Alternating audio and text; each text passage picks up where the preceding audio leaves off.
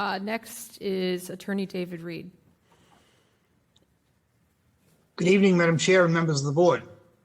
I'm not going to waste much of your time tonight because you've made your opinions and your decisions. Essential for safety, but also required by the original RFP. From a traffic standpoint, at one meeting, the issue of traffic safety was addressed in response to an earlier question by a citizen. Mr. Cabral reported that according to the police chief, there were at least 40 accidents that required police or fire department intervention to the area between Andrews Way and the split between Route 6 and 6A over the course of 15 years. Who knows how many other accidents have taken place? Mr. Cabral promised that he would look into this further. We have no updates at that I'm aware of. From a budget and cost standpoint, despite numerous requests from the members of the town, neither the public nor the select board has the information it needs to make an accurate apples-to-apple comparison on the site costs. Why is this being refused? It was only after repeated requests by many individuals that we learned that nearly $1 million was added to the budget for keeping the DPW at the Town Hall Hill, when costs related to refurbishment of Snow's Fields have little to do with the cost of the DPW. So in closing, the townspeople trust the select board to make informed decisions.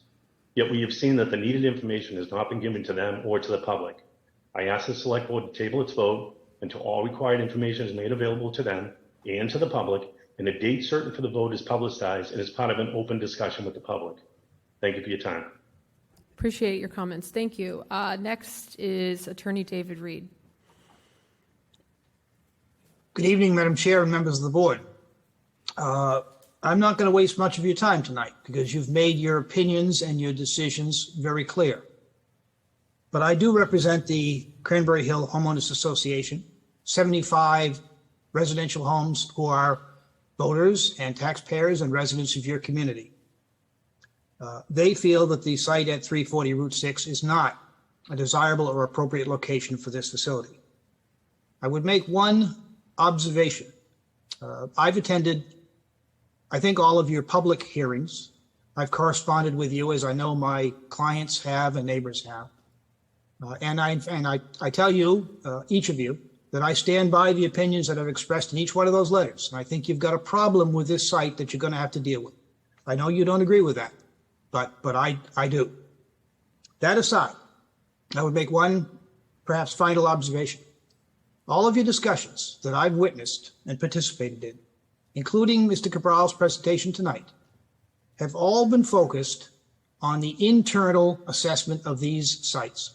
That is, discussing whether or not the site is best for its ability to fulfill the department's needs and what the costs will be to achieve that result.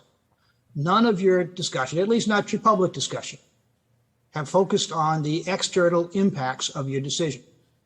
None that I've seen have discussed the relative impact that selection of one site will have on the neighbors and neighborhoods surrounding those sites.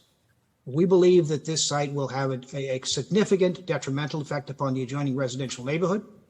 If you've been to the site, as I'm sure you all have, you'll know that there is approximately a 30-foot change in grade from the highest part of this site to the lowest part, and that's going to have to be accommodated by retaining walls and a huge amount of fill, and by probably the removal of every single tree on that site, at least the lower half of it.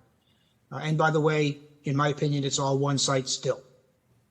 I think you're going to have to deal with the 1992 decision of the Board of Appeals. You have not today. I think you will have to. And I really believe that you need to consider the impact upon your constituents, not just the benefits to the town, but also the costs and detriments to the portions of the town that will have to deal with this forever.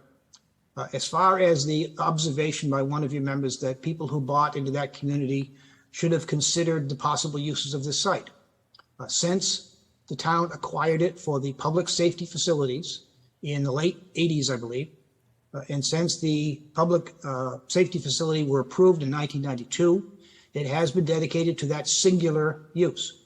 You've had discussions of other uses, but in terms of anybody coming to this community who needed to know what that site was likely to be used for, this was not on the table in terms of what they should have expected based upon the procedural history and the legal history for the acquisition and for the development of the site for what it is today.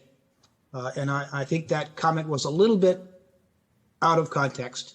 And I don't think that admonition was really due to the legitimate and good citizens who do not feel this is appropriate for their neighborhood.